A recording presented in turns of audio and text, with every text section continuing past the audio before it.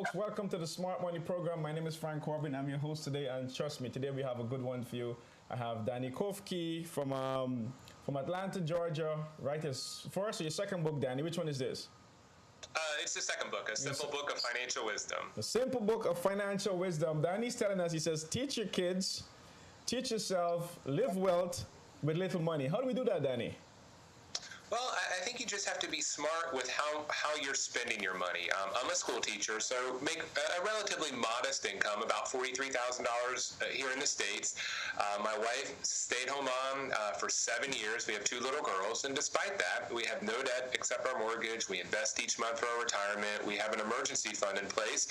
And people have asked, gosh, how have you been able to do that? And I think basically we know where our money is going. Because let's face it, there's 2 ways to make more money. You either A, have to get a higher paying job, which it is possible, but it's a little more difficult right now for most of us than it was 5 or 6 years ago. Or B, we have to cut back on what we're spending money on, which puts more money back into our bank accounts. And I think that's where we've kind of mastered it, is we know exactly where every single dollar is going, and we prioritize. We don't have it all, and I think that's where a lot of people, what's kind of led to this economic mess many countries are going through, is a lot of people were accustomed to having it all, and we want everything, and we buy things on credit card, or we buy things that we know we really, really can't afford. So I think the key is just to stay within how much money you have coming in, because it doesn't matter how much you make. If you spend more than you earn, you're going to be in trouble. So Danny, you're saying on a $40,000+ income, yourself, your wife, and 2 kids live a very happy life, no expenses other than your mortgage. Right. We here in Toronto, Canada, and some folks might say, well, Danny, I can't even get a box to rent for that kind of money. So obviously, is it because the cost of living where you're located is ridiculously low compared to anywhere else across the country? I mean, I don't think so. I know there's certain areas like in the northeast of America, New York City, those types of places, and even in California, it's a higher cost of living. But we are about 45 minutes from Atlanta, so Atlanta's a pretty big, major metropolitan city. And yes, there are certain areas that it is cost of living is higher, of course, but with that would come a higher pay especially for teachers. I know in the northeast, especially New York City, teachers do make a lot more than what I make a year. But yes, but that was part of our decision of kind of moving to Georgia too, and kind of being careful, knowing that I am a teacher. Obviously, it would be very difficult to live in Beverly Hills or New York City or Boston or one of those cities that the cost of living is super, super high, especially on a moderate income. So I think it does play a role in it, but I also think there are times too with a lot of people that are just struggling because they just don't have control over their money, and they're spending too much, and they're buying things that they really, truly know they can't afford. And here in the States, I know especially, we have a pretty big housing crisis where a lot of people bought homes that they really couldn't afford. They got special type of financing, different types of mortgages, but deep down inside, they knew that, if you make $50,000 a year, you cannot afford to live in a $300,000 home, no matter what type of mortgage you get. So I think that's where a lot of people, they just lived above what they had coming in. But yes, for sure, there are some areas that the cost of living is extremely high, so it is a lot more difficult if you're making a moderate income. But I think it just comes down to the bottom line, is you just have to be smart. You have to know where your money is going, and you have to plan appropriately. So you mentioned inside the book, you said money problems are 80% emotional. Could you elaborate on that a bit more, please? Yes, I think most of us can do, let's say, credit card debt. Let's just say you have a credit card that's 24% APR, 24% interest a year. Well, just to keep the math easy, we'll just say you put $100 on that credit card. You don't make a payment all year long. How much are you going to owe when the year's up? Well, 24% of $100 is $24, $124. So what? 8th, 9th grade basic math. Not that hard to figure out. Yet many, many people go and they buy things that they don't have the money for. So I do think the emotional impact is a lot bigger than the mathematical impact. Many, many people, they're unhappy spiritually, emotionally, with their spouse, in their jobs, whatever. So money and buying things is almost like their drug. They go out and they buy something to give them that false sense of happiness. And it does work, but only for a moment. And then after a while, that feeling goes away. And then you're in a vicious cycle of having to buy things to give you happiness. If I go out and I buy a brand new shirt, brand new shoes, whatever, the first 5 or 6 times I wear it, feels great. I feel wonderful. But after that, that feeling goes away. That feeling of newness, it goes away.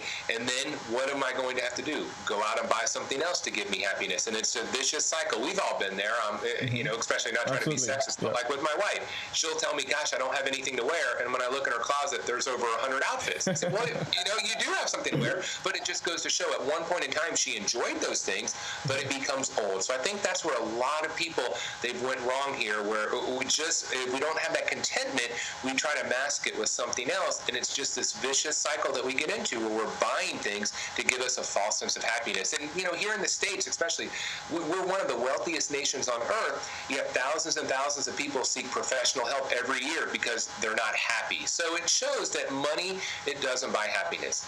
Absolutely can take away a lot of worries, and I'm not saying money isn't important, but there are plenty of people out there that have large bank accounts, but they are miserable. So I think that when you are able to find a career that you're passionate about or something in your life that you really enjoy doing, there are times that you do not need those materialistic things to bring you that happiness because you get it on a daily basis from your actions and from what you're doing.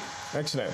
So again, folks, if you just tune in, I'm here with Danny Kofke. He's a special educational teacher in Atlanta, Georgia area. He wrote his book. It's called Financial Wisdom.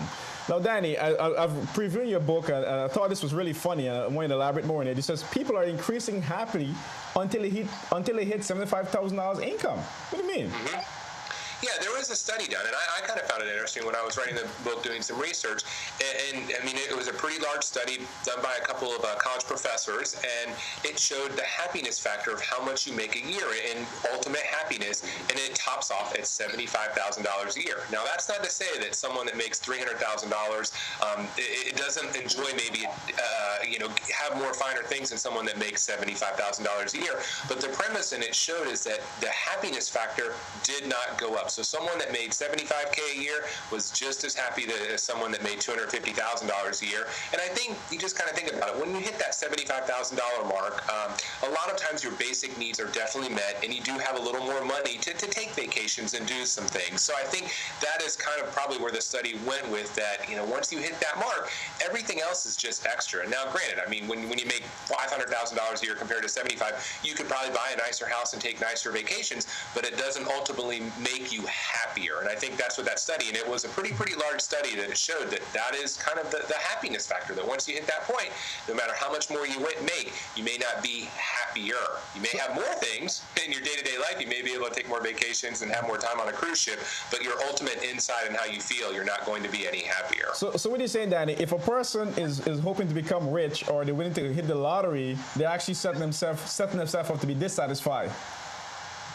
Well, you know, we've all been there, and I think, you know, maybe for yourself and some of your viewers, that you say, gosh, once I make, if you're making $40,000 a year, once I make $50,000 a year, I'm going to be happy. Once I can get rid of this beater and I can buy a new car, I'm going to be happy. Once I can move out of this apartment and move into this house, I'll be happy. And yes, you are.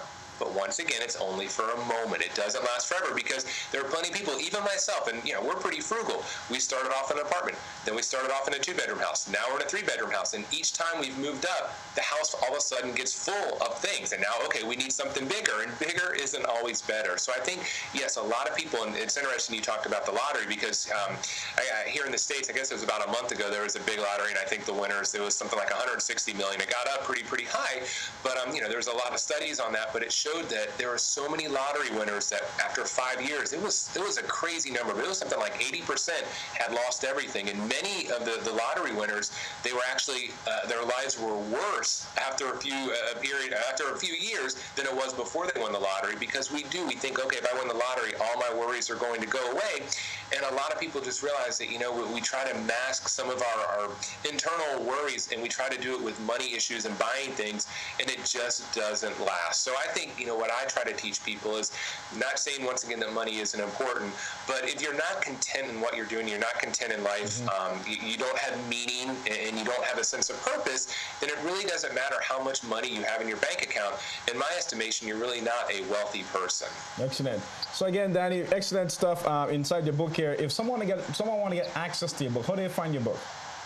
It's available. I know at Amazon.com or Amazon.ca, but probably the easiest way, if you just Google search my name, Danny Kofke, so DANNYKOF as in Frank, KE. Usually the first thing that comes up is my blog page, dannykofke.blogspot.com, and on there, direct link to email me, to order both of my books, to see some of the media appearances I've been on as well. Mm-hmm. You know, the funny thing I saw in your book, you talk about Michael Jackson, you talk about Mike Tyson, you talk about many Tony Braxton, many other celebrities who become rich or make a tremendous amount of money and then they become broke or poor after. Could you elaborate on that for more for me, please?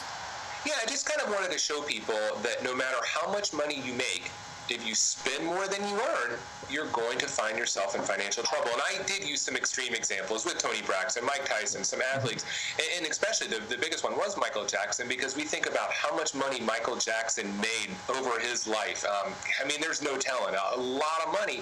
But yet, when Michael Jackson passed away, there were estimates that he was over $400 million in debt. Wow. So yes, an extreme example, but it does just show no matter how much you have coming in, if you spend more than you earn, you will find yourself in financial trouble. And that's kind of the point I wanted to hit with people, that whether you make $100,000 a year, $1 million a year, $5 million a year, if you spend more than's coming in, it really doesn't matter how much you make, that you're going to be in the same position that so many are in right now. So you just have to be really, really smart. And it sounds so easy. Spend less than you earn. It sounds so simple. And I think that's where the emotional impact comes again, because on paper, it is pretty easy, pretty basic. You know, if you don't make that much, don't spend that much. But then the emotional impact comes in. A lot of us overspend to give us that sense of happiness so we can feel good. You know, the good thing is that you wrote this book, and it's a very good book, very good advice to sell your book. The question I always get when people watch my show and they get good content, like what we do actually providing today, the question is, why don't they teach this kind of financial discipline or emotional discipline in the school system? And you're a school teacher, so you could better give me some answers on that. Yes, I hear you 100%. And the reason why here in the States, and I'm not sure what the educational system is like up in Canada with the testing, but we're so tied to testing here in the States, and unfortunately financial literacy, financial information is not tested to our children. And it's a shame. It's a crying shame. We'll teach our kids, you know, we have to memorize the periodic table or the Shakespearean sonnets or the elements of Beowulf or whatever, the things that people will never use, or I guess a minority will ever use again once they leave school. But, you know, everyone has to learn how to balance the checkbook. Everyone's going to have to pay taxes. So I am with you 100% that I do think we need to do a better job. But saying that as a school teacher, knowing that we don't do it, that's why it's important. If you're a parent out there listening, it's so important for you to discuss financial information with your children. And parents, unfortunately, financial topics still remain taboo. I actually just read a study, it was last week, that parents are more comfortable talking about the sex talk with their children than they are about financial and money matters. So we have to make that change if we do not want our children to follow in the same path that many of us have made. So to me, just be open and honest with your children and tell them, you know, what you're paying your bills for. We have mortgage, we have this, we have that. Explain to them why you're saying no, because we live in this entitlement culture right now where a lot of kids, they're never told no and they get everything they want, and parents want to provide that great life for them, and they think by buying them things, it's going to do that. And it really only sets them up for failure in the future, because if they're never told no, they think they can have whatever they want, and then they put everything on credit cards, and then they're going to be in debt. So to me, as a parent, just sit down and explain what your bills go towards. Explain if you've made a money mistake, explain it to your kid. Tell your kid, gosh, I really messed this one up, but you know what? You're going to mess up in life too. But the important thing is you learn from your mistakes and you move forward, and you never allow yourself to make the same mistake again. So I think just as a parent, as a teacher, I'm telling you, we do a lousy job in the school systems of teaching financial literacy. So please, please, please, as a parent, it's up to you to make sure your children have the basics down so they don't screw up like many of us have. So what's the perfect age to start teaching these kids financial education? Some parents might say, well, I don't even know financial information myself because I've never been taught in the school system. My parents never teach it to me. But now I buy Danny Kofke book. I'm learning all this stuff. What's the perfect age to start to teach your kids financial education? We started, and I have my daughters are 4 and 7 now, so I guess 10 years from now when I have 2 teenage girls, might be a different conversation we're having, but we started when both of them were 3, and I know that's very young, but we started with basic chores, and I'll tell you right now, I'm not a big fan of paying people for things that they should be doing, but we made an exception here, my wife and I, because we wanted to teach financial money management first. So once they turned 3, we had basic chores for them to do, cleaning your room, making your bed, little things that weren't that difficult to accomplish. And every day we would check them off, and they would get paid a couple cents for each chore they did on a daily basis. So not a lot of money. So they can earn up to $1 a week. But at the end of the week, we would go back and look at the chore chart, and then they would get paid. But they have 3 jars, one labeled giveaway, one labeled savings, and one labeled spending. So first, upon getting paid, they would put 10% or a dime in the giveaway jar. Then they would put 25% or a quarter in the savings jar, and then the rest was in the spending jar. And this works so well because especially as they get older, once they get 4 or 5 because of advertisements, we'd go to the store and they would say, gosh, can I have this? Can I have that? And there was never an argument. We would say, well, just go home and look and see how much you have in your savings or spending jar, and if you want to come back and buy it, you can do it, and you can buy it with your own money. And a cool thing we also did at this stage is we let them buy whatever they wanted. It may have been a piece of junk toy that I knew was going to get thrown in the garbage, but I would much rather my kids make a mistake on $10 than 20 years down the road and have it be a $10,000 mistake. So we started really, really young at 3. And then once my oldest daughter, who's now 7, but once she turned 6, I upped it a little bit for her, and I said, okay, now these chores that you've been doing, they're expected of you as a household member, but I'm going to give you a raise. You can make $1.50 a week, but you're going to have to, on Sunday, go around the house and collect all the garbage so I can bring it out, and then also you have to clean your bathroom, and that includes wiping down the mirror, scrubbing the toilet, and my wife showed her how to do this, and if you do a good job with this, then I'll give you $1.50. And she does well with it, but I wanted to show her at this point in time, too, at 6, this how they can learn a lesson this young, that if you go above and beyond, which I don't think many 6-year-olds are scrubbing their toilets, but if you go above and beyond and you're unlike many of your peers and you work harder, then a lot of times you're going to get paid more. So just little lessons like that we do along the way, and just that simple lesson they learned at 3. Give away 10%, save 25%, spend the rest. If most of us did just that right there alone, then I don't think we'd be in this financial mess that many of us find ourselves in. Absolutely. So again, folks, we're here with Danny Kofke, teacher, special education teacher in Atlanta, Georgia. He wrote his book called Financial Wisdom. Danny, we're talking about wealth education. We're talking about teaching the kids. We're talking about budgeting. Some folks will say, Danny, I don't want to save. I don't want to budget. How do I become rich? Is there a strategy for that? Or how do I do both? How do I save, budget, and become rich? Well, you just have to prioritize, and most of us are not going to become rich overnight. This is where, and you want to consult a professional with this to help you with picking stocks and mutual funds, and you use the magic of compound interest and dollar cost averaging over a number of years. And this works well for so many people that every single month you just have a set amount invested into mutual funds or stocks, and you just let it grow over time. We're not trying to time the market, and this is something I know a few years ago when the stock market fell, lost about half of what it was worth. There are so many. Again, folks, you have to think long term. The stock market averages about 10% growth each year. This is going back over 100 years. This is through 2 world wars, for here in the States, 9/11. So a lot of things averages about 10% a year. Now, some years it's up 20%, some years it's down 20%, but you have time to ride it out. Not trying to time the market, just every single month, dollar cost average, invest a set amount and let it ride, especially if you're younger. Like for me, I'm 36, so you know what, when the stocks are down, that's okay for me. I'm buying them on sale. I don't want to sell them for another 30 years, so if they're down now, I'm getting more bang for my buck. But I think that is probably the best way to build wealth for the average person is just do that over a long period of time, and then by the time you're ready to retire, you should have a pretty good nest egg. Now, I will say, when you do get closer to that retirement age, and this is where a lot of people got into trouble, they didn't diversify. They were too heavily invested in stocks and mutual funds, and those are risky because they do go up and down, as we've seen. So as you do get closer to that retirement age, that's when you're going to consult advisor, and then you can kind of diversify a little bit and have a little bit more in cash so you can withstand those stock market drops because you're depending on that for your retirement. But for me, the average way to build wealth is systematically over time.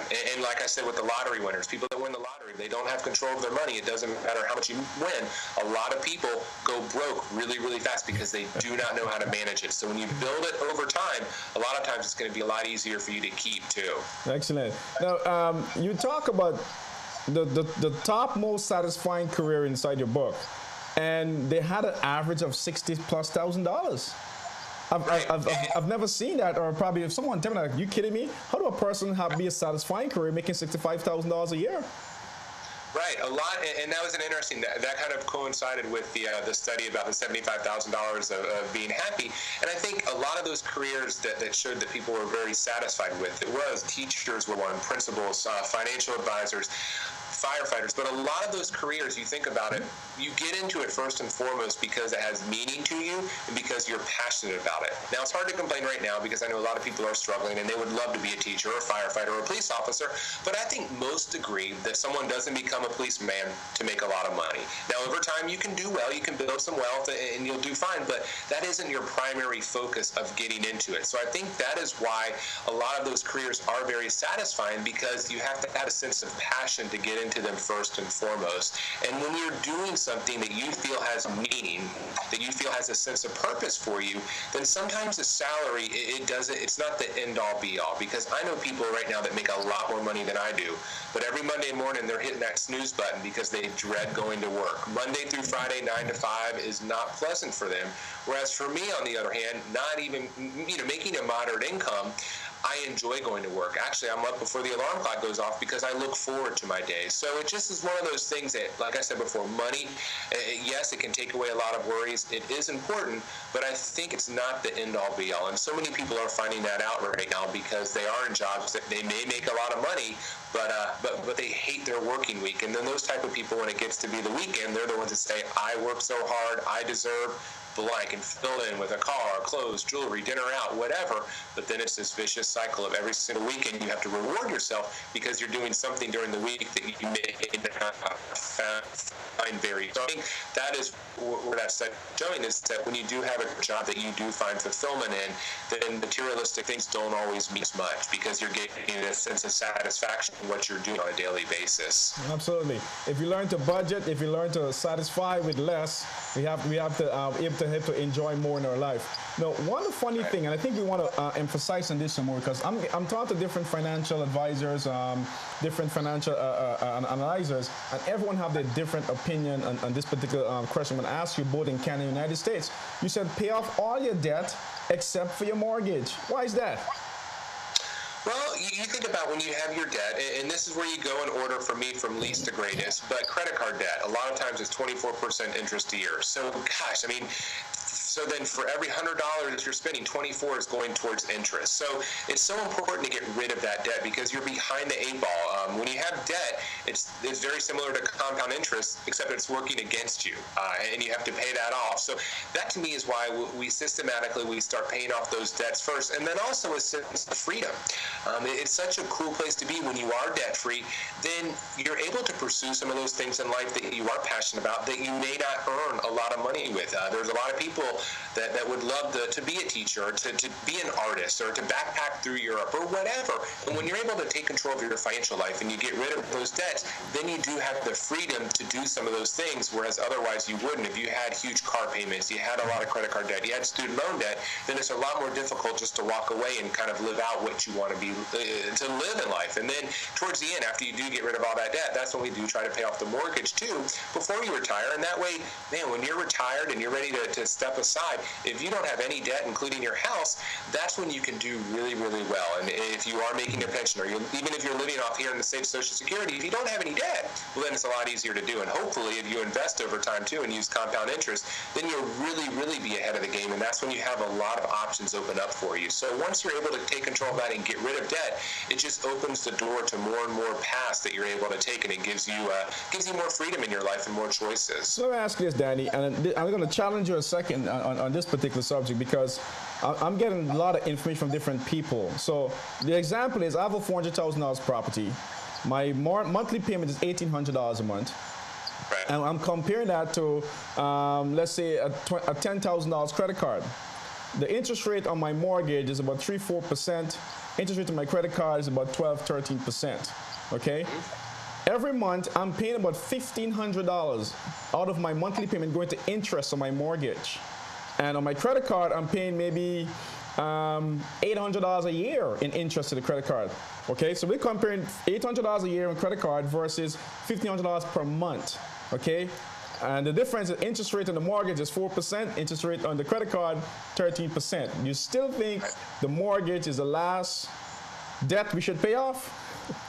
Well, and here's the reason why. From a mathematical point, you absolutely make sense. It would be so much smarter to pay off the mortgage first. Absolutely. But here comes the emotions again. Most of us are not going to stick with that mortgage over time. Yes, it would make sense, but how many people, when the real world gets involved, every single month we're going to find something else that we could be doing because you're going to pay a little bit extra towards that mortgage, but it's going to take, it's such a long-term goal before you see any progress. Now, each month on your balance statement, you're going to see that you owe less, but because most mortgages are a lot more than a smaller credit card debt, it's going to take a lot of time to pay it off, and a lot of people, unfortunately, just give up because they don't see that end result. It's very similar to a diet. If you go on a diet and the first week you lose 2 pounds, the next week you lose 2 pounds, you're probably going to stick with it a little bit longer and say, okay, I see some progress, I'm going to continue going. Whereas if you don't see any progress, you don't see any traction, then you're going to give up. It's just human emotions. And I think when you start off, especially with credit card debt, when you start off with that smaller payment first, you see immediate satisfaction, immediate growth. You say, bam, I paid it off this fast, and it builds up your sense of empowerment. And you say, I can do it, I can do it. Because many people getting into financial situations, they feel like failures to begin with. My parents weren't good at it. I didn't learn it at school. I'm always going to be a failure with money. So we have to trick ourselves, and we have to boost our self-esteem a little bit and say, I can do it, I can do it. And that's why I recommend to start with the small step first, to build some traction so you feel confident about yourself. Because we did talk about it before, many financial problems, they're not because of the math. It's very easy to do the math. And in your example, absolutely, from a mathematical point of view, it would make more sense to pay off the mortgage first. Absolutely.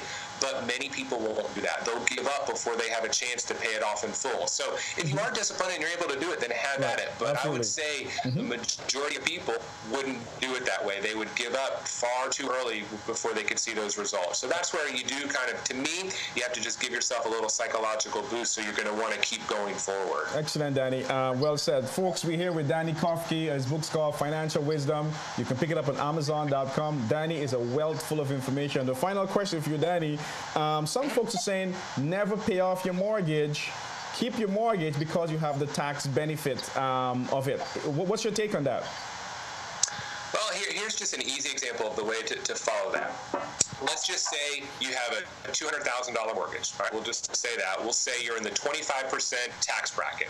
All right, so every single, and your mortgage rate, we'll say the mortgage rate is a 5% mortgage. So every single year in interest on your mortgage, you're paying 5% of $200,000 is $10,000. So you're paying $10,000 in interest. If you're in the 25% income tax bracket, you're able to write off 25% of $10,000, which would be $2,500. So basically what you're saying is you should pay $10,000 in interest so you can write off $2,500. Now, to me, that does not make much sense at all. And if it does to you, I'll tell you what, you can send me a check for $10,000 and I'll gladly write you one for $2,500 because that's not what you're saying right there. And there's also, you have to go not just from the mathematical point of view, but also from the emotional point of view. Once again, think about when you're able to pay off your mortgage. I guarantee, and I don't know yet, but we're working on that step, how different the grass is going to feel in the backyard when you know that you own it. No one can foreclose your home. No one can take it away from you. When you own it free and clear, if you lose a job or something, unseen happens, or you don't think about, man, you own it. No one can take it away from you. So that, to me, there's the emotional impact again, and also from the mathematical point of view of why I think it makes sense. And I think this is the last that you should pay off. I think credit card debts, we talked about this, should be paid off first. But once you're at the end and all your debt is taken care of, I do think it's time to start paying a little extra on that mortgage just to get rid of it, and then you're debt free, and then you are free of anything. If you go to work Monday morning and your boss is yelling at you in here and you feel like quitting, you can walk out. You don't have any bills. Then you have the freedom to pursue and do those things that you want to do. So that to me is my argument of why you should pay it off as early as possible. Excellent. Danny Kofke is a wealth full of information. Danny says pay off your credit cards, pay off your mortgage, and then walk out on your job. No, I'm just kidding. Not necessarily. I mean, you want it, but I'm just, you know, it's just one of those things that you do have the freedom, because a lot of people are, and we talked about, are in jobs that they aren't passionate about. And then when you're able to take control of your finances and then become debt-free, that's when there's a lot of doors that do open to you at that point in time, that if you do feel like doing something that the pay is a little bit less, but you've always wanted to do it and you feel passionate about it, then you're going to have the freedom to be able to do that. Excellent. Very good, Danny. You can pick up Danny's book on financial wisdom on Amazon.com. Is there any other way they can contact you or get access to your book, Danny? Yeah, once again, my blog page, dannykofke.blogspot.com, so DANNYKOF as in Frank, KE.blogspot.com. Direct links to order both of my books, to email me, to see my blog page, and to see some of the various media appearances I've made as well.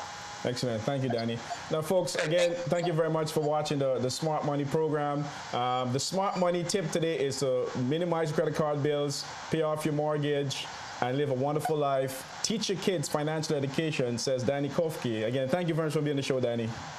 Hey, Frank, thank you so much for having me on. Excellent. See you guys next time. Thank you.